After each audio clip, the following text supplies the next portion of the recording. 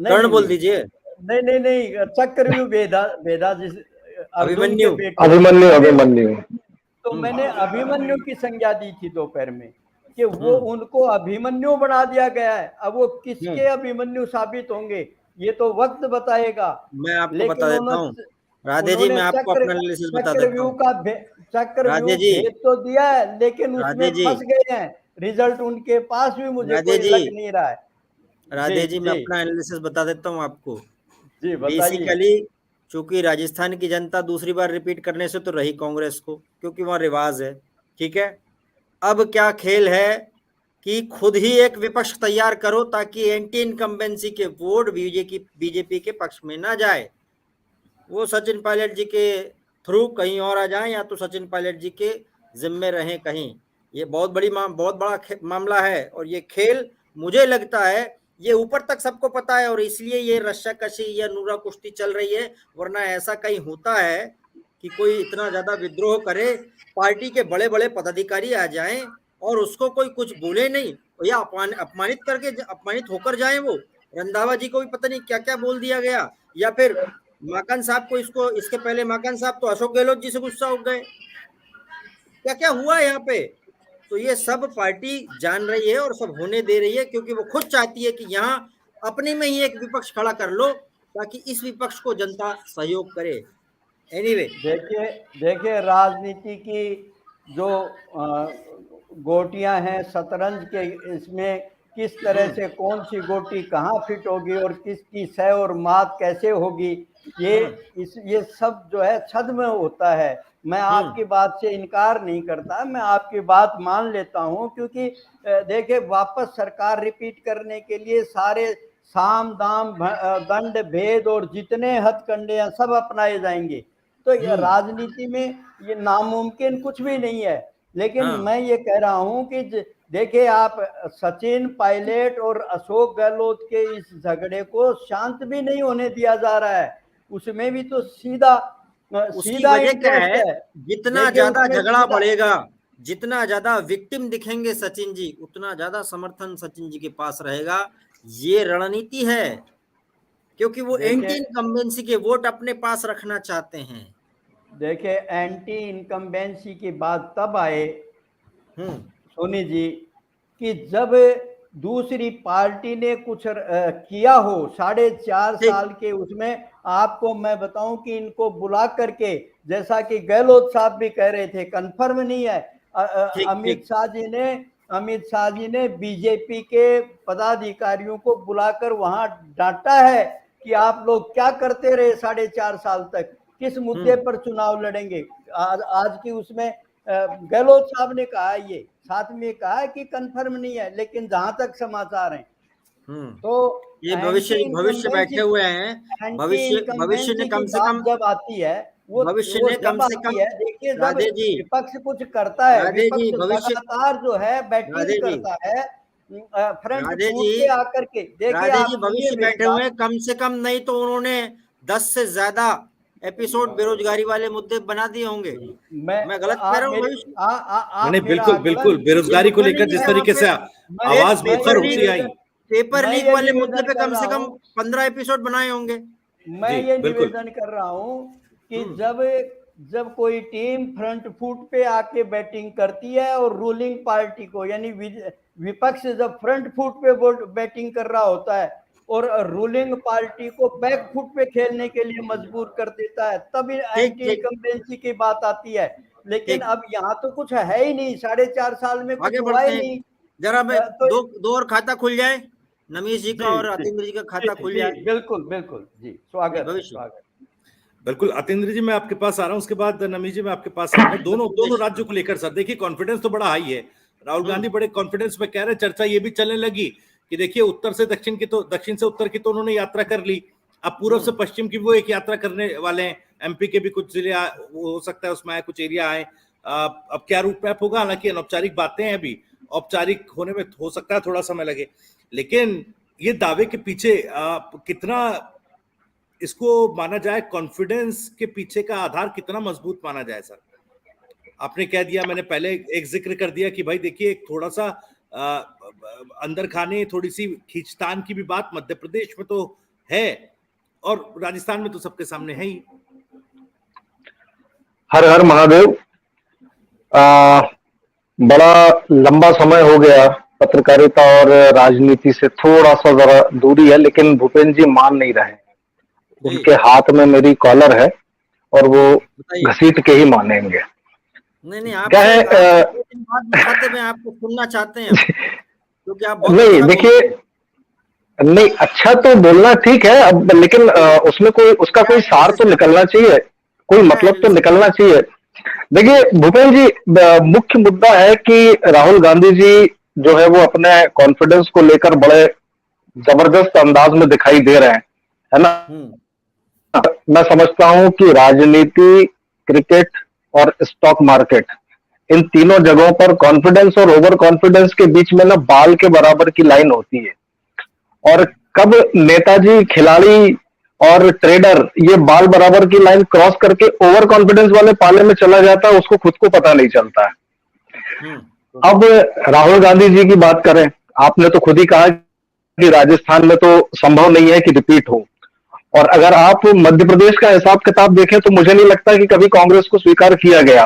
ठीक है, वो एक आध दो बार कभी व्यक्ति का मूड हो जाता है तो वो समोसा कचौड़ी खाने चला जाता है, तो कुछ उस तरह की चीज हुई है, इससे ज्यादा तो मुझे दिखाई नहीं देता। त्यागी जी शुरू में ही जब प्रोग्राम की शुरुआत हुई थी, उन्होंने खुद ही कहा कि देखिए स्पष्ट तो अभी, मतलब अगर आप चेहरे की बात करें तो चेहरा ही घुमा लिया जाता है कि भाई अभी तो चेहरा बता ही नहीं सकते, जिससे आप चेहरे की बात करेंगे वो ही अपना चेहरा घुमा लेगा। और जहां तक बात है राहुल गांधी जी की, कुछ समय पहले सोशल मीडिया के ऊपर मैंने एक उनका वीडियो देखा था, बड़ी सभा को संबोधित कर रहे थे वो, और काफी लोग बैठे हुए थे, और वो उन लोगों को संबोधित करते हुए कह रहे थे कि ये जो ऊपर जो चील उड़ रही है, ये चील इसलिए उड़ रही है क्योंकि ये बेरोजगार है, और इनका रोजगार छीन लिया है आरएसएस ने, नरेंद्र मोदी जी ने, शाह जी ने।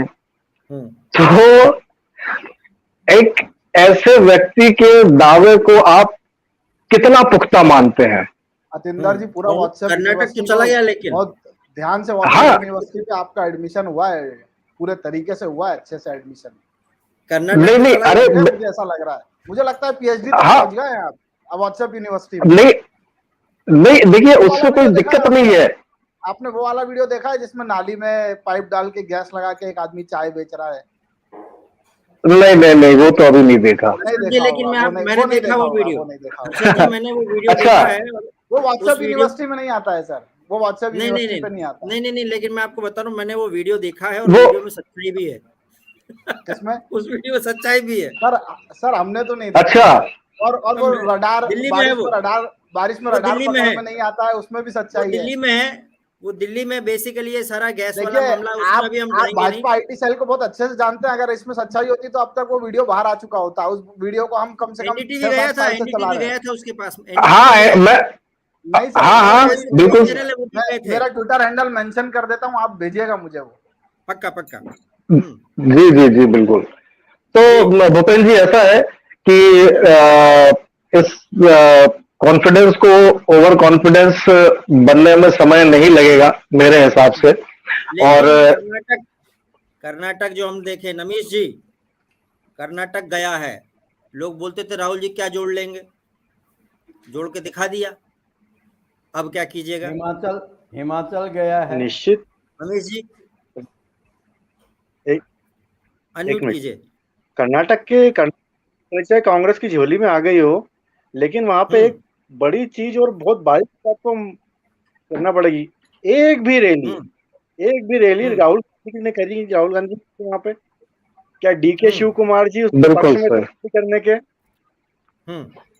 यदि रैली हो जाती राहुल गांधी जी की तो परिणाम क्या होते? ये तो कर्नाटक के नेता ही बताएंगे। पर जैसे कि मेरे पूर्व एक वक्ता ने कहा, कॉन्फिडेंस और ओवर कॉन्फिडेंस में काफी अंतर होता है। निश्चित तौर पर मालवा की जमीन में कांग्रेस के बीज बोए जा चुके हैं और कुछ पौधे निकले भी हैं, अच्छे पौधे निकले हैं। लेकिन इसमें दिक्कत क्या रहेगी कि कांग्रेस चुनाव कैसे लड़ती है।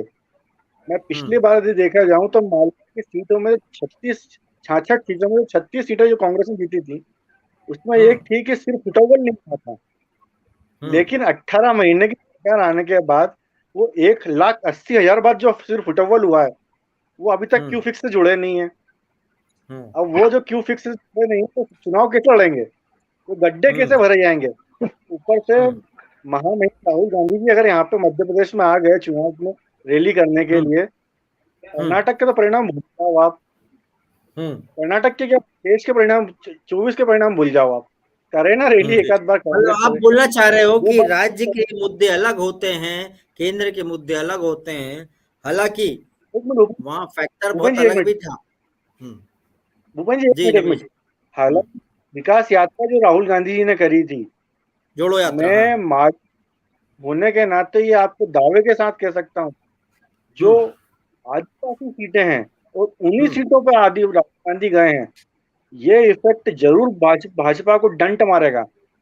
यही मालवा था जहां से 36 सीटें कांग्रेस चुटकियों उठा के ले गई थी चुटकियों में, और हार का अंतर 500 से लेकर 2,500 वोट था, और ये 2,500 वोट से भुनाने में शामिल हुई है, जिस तो भाजपा का पक्ष नहीं है।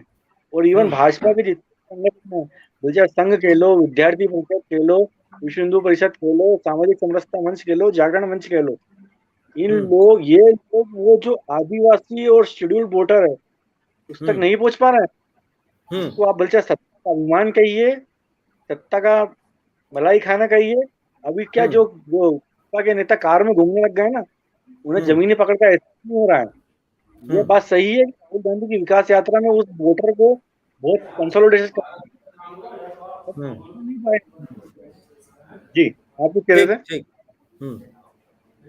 राहुल गांधी की रैली को लेकर, लेकिन नवीन जो आपने आप बात कही, हर्षद जी, कहीं ऐसा तो नहीं है कि भाई रैलियों से अब कांग्रेस पार्टी ने भी इसी तरह की रणनीति बनाई और ये खबरें जो आ रही हैं पूर्व से पश्चिम तक की यात्रा की, भाई वहां व्यस्त रहेंगे तो कम से कम रैलियां तो लोकल लीडर्स कर लेंगे, कुछ उस तरह का तो नहीं चल रहा मामला। सर देखिए, नवीश जी ने एनालिसिस करा लेकिन अधूरा करा। ये नहीं बताया कि लास्ट के 2 दिन नरेंद्र मोदी जी ने रोड शो करा, जो 18 विधानसभा तक पहुंचे थे, उसमें से 1 विधानसभा सीट बीजेपी ने जीती है। तो इनके जो स्टार प्रचारक हैं भारतीय जनता पार्टी के, स्वयंभू जो एक नेता हैं जिसके आसपास ही पूरा भारतीय जनता पार्टी और आरएसएस चल पड़ा है, उनका नतीजा भी नवीश तिवारी जी को बताना चाहिए था। 23 जगह ऐसी थी जहां से भारत जोड़ो यात्रा निकली थी, उसमें से 17 सीटें नवीश जी मैं कंप्लीट कर लूं, नवीश जी मैं कंप्लीट कर लेता हूं, फिर आप बोलिएगा। 23 विधानसभा सीटों से भारत जोड़ो यात्रा निकली थी, उसमें से 17 सीटों पर कांग्रेस ने विजय पाई है, 1 पर भारतीय जनता पार्टी और 4 पे जेडीएस जीती है। ये बात नवीश तिवारी जी बताना भूल गए, मैंने बता दी। और इन सब जगह पे राहुल गांधी जी वापस भी गए थे चुनाव के दौरान। एक चीज और, मैं अतिंदर शंभू जी की एक बात का जवाब देना चाहता हूँ। नवीश तिवारी जी ने मालवा का बड़ा अच्छा एनालिसिस करा। अतिंदर जी कह रहे थे कि समोसा कचौरी कभी कभी खा ली जाती है, तो इस तरीके से मध्य प्रदेश में कांग्रेस को सत्ता मिलती है। अतिंदर जी, आप शायद मध्य प्रदेश आए नहीं है, आइए कभी हमारे मालवा में, दिन में 2-2 3-3 बार हम लोग कचौरी खाते हैं।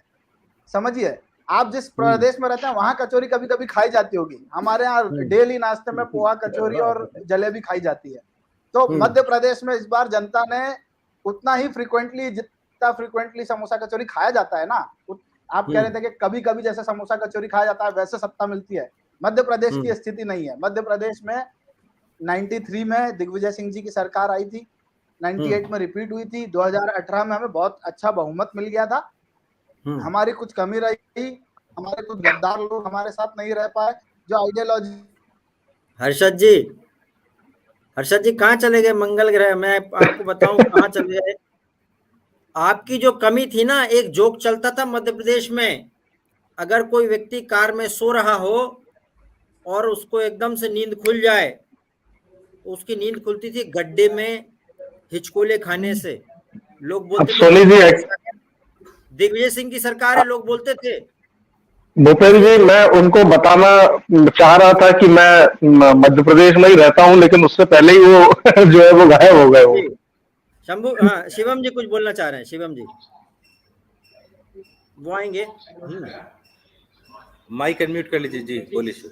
देखिए, हर्षद जी ने भारत जोड़ो यात्रा के प्रभाव के बारे में बात की। मैं एक बात कहना चाहूंगा, अगर इनके नेतृत्व को, हर्षद जी को इतना कॉन्फिडेंस है कि राहुल गांधी जी के जाने से पूरे देश में कहीं ना कहीं क्रांतिकारी लहर आ गई, लोग कांग्रेस को वोट करना चाहते हैं, तो लोकसभा चुनावों में भी 1 साल का समय है, पूरे देश में यात्रा क्यों नहीं करते हैं। लेकिन आपको यह बारीक बात समझनी होगी, कर्नाटक में भी इनकी जो स्टेट लीडरशिप है उसने राहुल गांधी जी को कह के रखा था कि प्रदेश की जनता आपको पसंद नहीं करती, आपकी सदस्यता गई, आपका जो भी है, इस प्रकार की चीजें आकर के आप कर्नाटक में मेंशन नहीं कीजिए, क्योंकि देश की जनता या कर्नाटक की जनता आपको नकार चुकी है। ऐसे नेताओं से जबरदस्ती राहुल गांधी स्वयं एक स्वयंभू नेता है जो हार पर पीछे चले जाते हैं, जीत का श्रेय लेने आगे आ जाएंगे। जब उनके ऊपर सबसे बड़ी जवाबदारी थी, उनकी पार्टी 2019 में हिस्टोरिक लॉस की ओर गई थी, उस वक्त उनको राष्ट्रीय अध्यक्ष रहते हुए अपनी जिम्मेदारी का निर्वहन करना चाहिए था। लेकिन उस वक्त वह कहीं ना कहीं जो व्यक्ति अपनी भूमिका से, अपनी जिम्मेदारी से भागने का काम करता है, उसको किसी प्रदेश की जनता, देश की जनता। शिवम जी, लेकिन इसमें एक सवाल ये उठ रहा है सर, देखिए तकनीकी तौर पर बात करें शिवम जी, एक सवाल तो ये उठ रहा है, भाई कर्नाटक में जीत हुई है,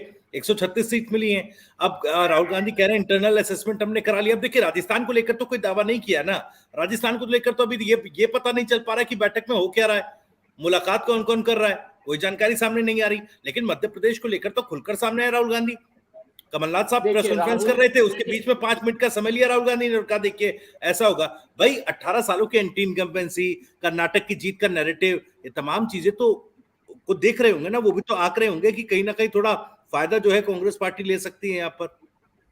देखिए गुजरात में कौन सी इनकम्बेंसी थी, वहां तो 20 सालों की सरकार थी। Bharatiya Janata party pro incumbency पर वोट पाने वाली पार्टी है। हमारी स्कीम्स की डिलीवरी है वो 100% रहती है। हम कहीं पे कोई भ्रष्टाचार के लिए चैनल ओपन नहीं रखते हैं, जिसके माध्यम से जो फायदा गरीब जनता तक पहुंचना है, पंक्ति के आखिरी पायदान पर खड़े व्यक्ति तक पहुंचना है, उसको बीच में कहीं ना कहीं कुछ बिचौलिए उसका लाभ ले सके। यह बात आपको समझनी होगी। भारतीय जनता पार्टी का जो कार्यकर्ता है वह पूरे प्रदेश में काम कर रहा है। मध्य प्रदेश भारतीय जनता पार्टी का ऐतिहासिक रूप से गढ़ रहा है, और यह मध्य प्रदेश ने मिस्टर बंटाधार और मिस्टर कमिश्नर नाथ की सरकारों को देखा हुआ है कि वह किस प्रकार से मध्य प्रदेश को खोखला करने का काम करती है। पिछले चुनावों में इन्होंने कृषक कर्ज माफी का वादा किया, क्या पहली मीटिंग में हम कर्जे को माफ कर देंगे, पहली मीटिंग बीत गई, बिल्कुल सही। 1.5 साल की सरकार में अंत में इनके अपने नेता जिनके चेहरे को आगे रख करके चुनाव जीता था प्रदेश की सरकार ने, कहीं ना कहीं इनकी हमसे ज्यादा सीटें आई थी, बहुमत के आंकड़े से पीछे थे, फिर भी जो हमसे थोड़ा बहुत ज्यादा थे उसके पीछे एक बड़ी वजह सिंधिया जी थे। और सिंधिया जी को धमकी देनी पड़ी कि मैं सड़क पर आ जाऊंगा,